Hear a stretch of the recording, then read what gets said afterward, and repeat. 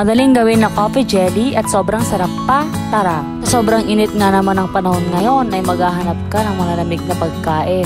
Kaya tara, ano pang hinihintay mo? Gawin na natin to. Gagamit nga tayo dito ng 2 packs of Mr. Gulaman. At syempre, coffee flavor ang gagamitin natin. 2 liters of water and then simmer. After simmering, ililipat lang natin to sa malinis na lalagyan. And let it cool until maging jelly ang texture nito. And after that, ikakat lang natin ito into small pieces. Or it depends on you kung gaano kalalaki or kaliliit ang gusto nyong gawin sa inyong jelly. And of course, ang magpapasarap sa ating coffee jelly, ang Alaska 2-in-1 Crema Sada. Gumamit ako ng 2 cans nito. Good for the 2 packs of Mr. Gulaman na ginamit ko. And then, isinabay ko na rin yung coffee jelly and then mix well.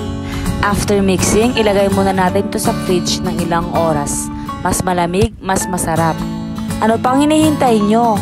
Try nyo na ang coffee jelly with Alaska 2-in-1 Crema Sada. Sobrang sarap at sobrang creamy pa.